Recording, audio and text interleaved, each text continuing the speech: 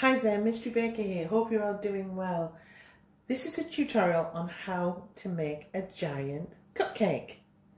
Wonderful, hey? And it's part of a series of showing you how to make a birthday cake from start to finish. And if you want, you can just look in the description box and all the other videos relating to how I make a birthday cake and all of the elements. Like the cake board I've decorated, a video will be there. I've made fondant donuts, fondant jammy dodgers and Battenberg cake. All of those tutorials will be listed below. So if you wanted to, you could actually, from start to finish, follow this series and create it yourself and add your own style and imagination to it too. I'm sure you can do a fabulous job. So I'm going to run through the ingredients, what you'll need, and this is the exact ingredients you'll need to fill the giant cupcake.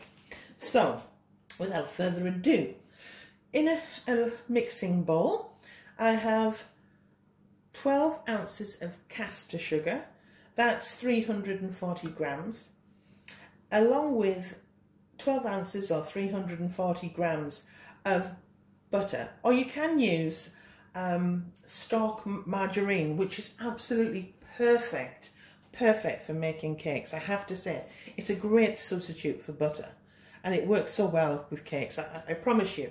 And anyone who said it doesn't, I beg to differ. So you'll also need 12 ounces or 340 grams of self-raising flour, and in this bowl here I have 6 eggs, and I've given them a good beat through, and I've added 1 level teaspoon of vanilla extract. Now I just want to mention this because my tutorials are predominantly for beginners. You can invest on a lot of money in bowls and equipment and mixers, etc. But I really would, one thing I would invest in is actually measuring spoons, and it can be crucial to why your cakes aren't working correct, especially when it comes to adding baking powder or spicing.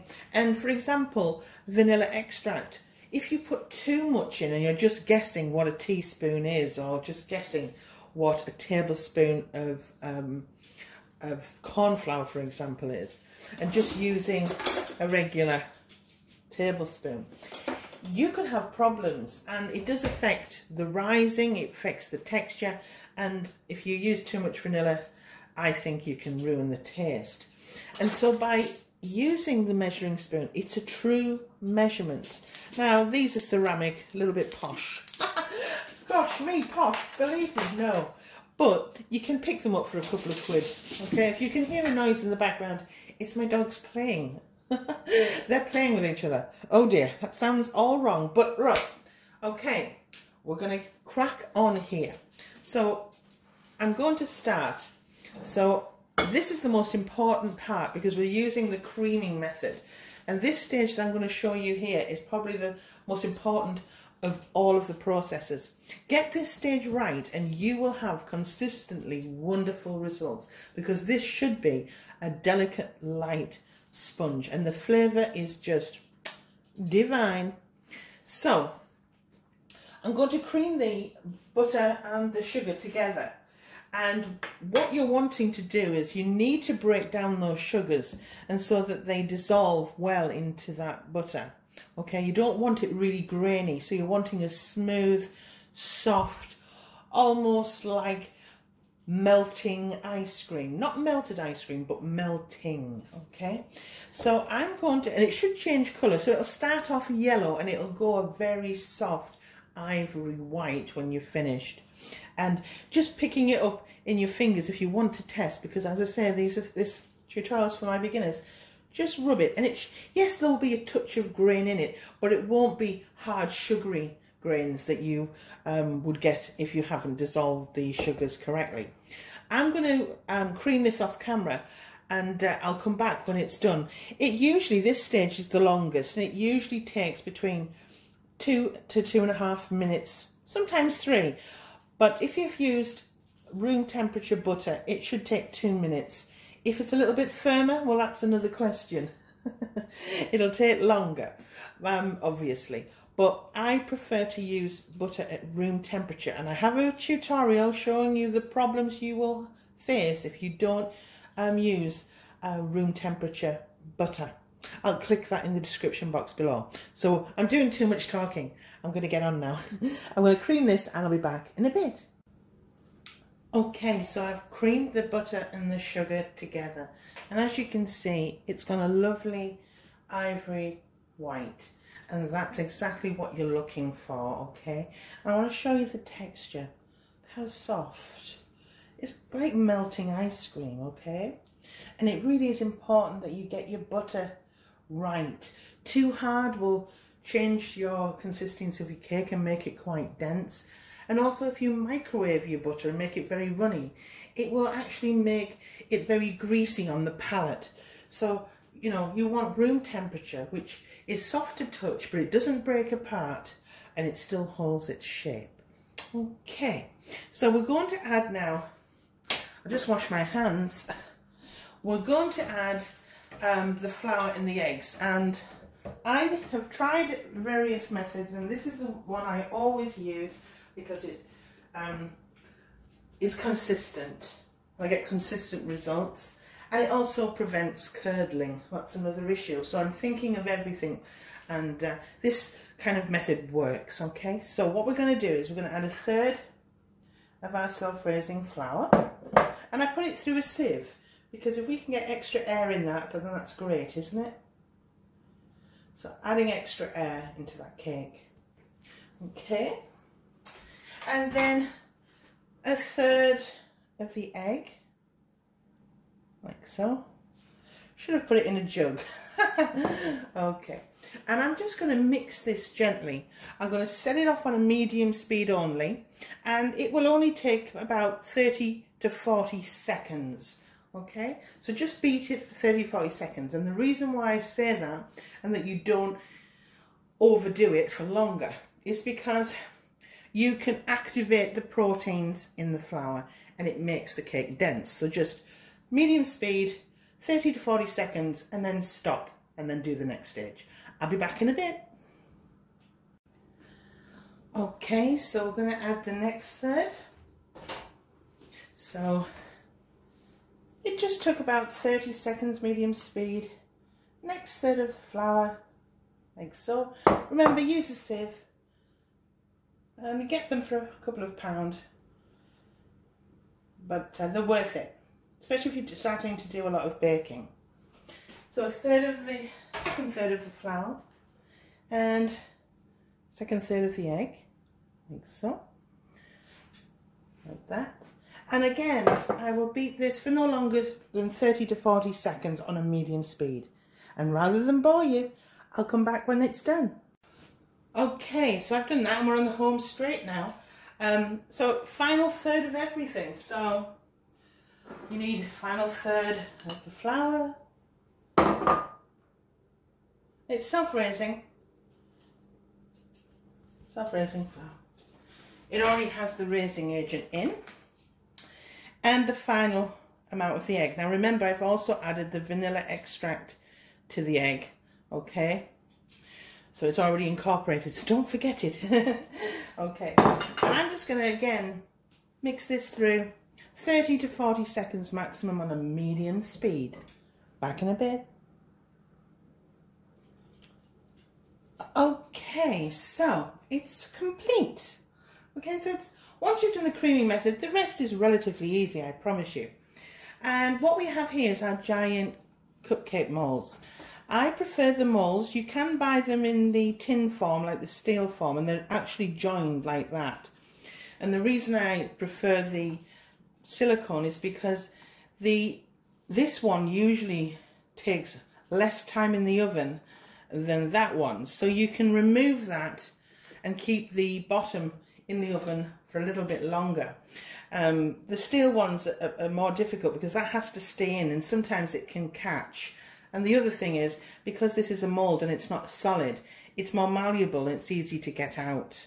So I've lined the bottom and greased them. So I've put a little bit of greaseproof paper, and I've just greased slightly, gently, the sides, and I've put a little bit of greaseproof paper in the bottom of that one and greased the sides. So we're going to get these in to our cake mixture. Is going to go in. So without further ado, I hope this is picking up. We will see.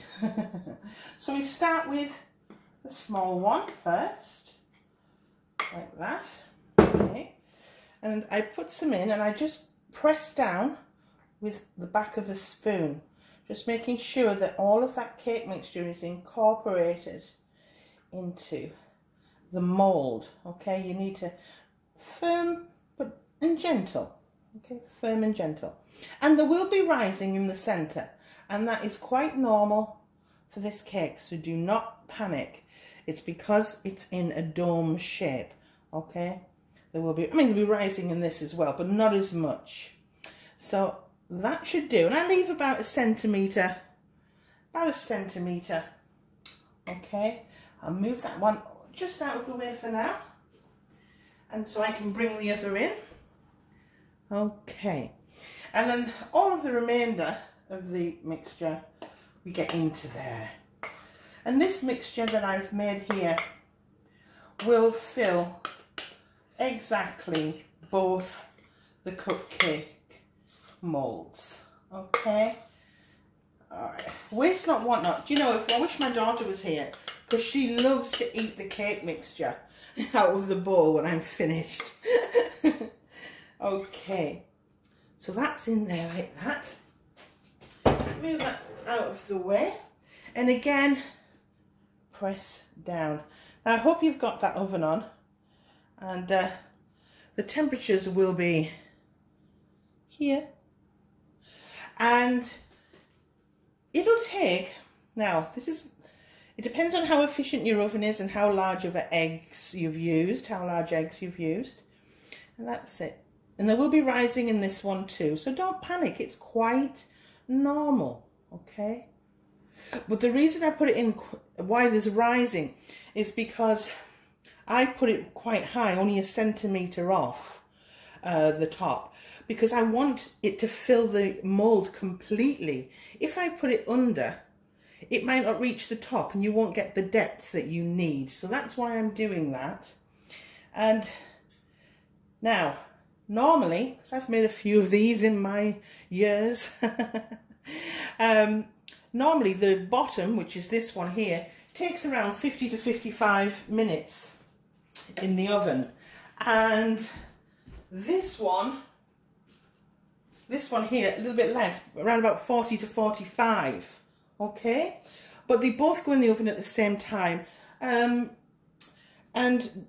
check them only after 35 minutes. Don't keep opening your oven, because it could collapse your cake, so try not to keep opening. But if you are worried because you're a novice and it's maybe your first time, just leave it till 35 minutes if you're really desperate.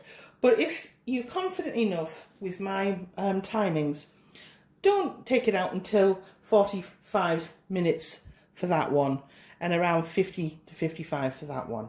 Okay, so I'm going to get these in the oven, and when I come back, they'll be out and you can see the finished result. I'm going to get this washing up done. Back in a bit. Okay, so I'm going to get these out of the oven. Well, the final part of it. Anyway, come on then. Come to Papa.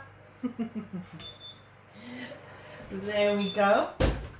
Switch this off. Okay.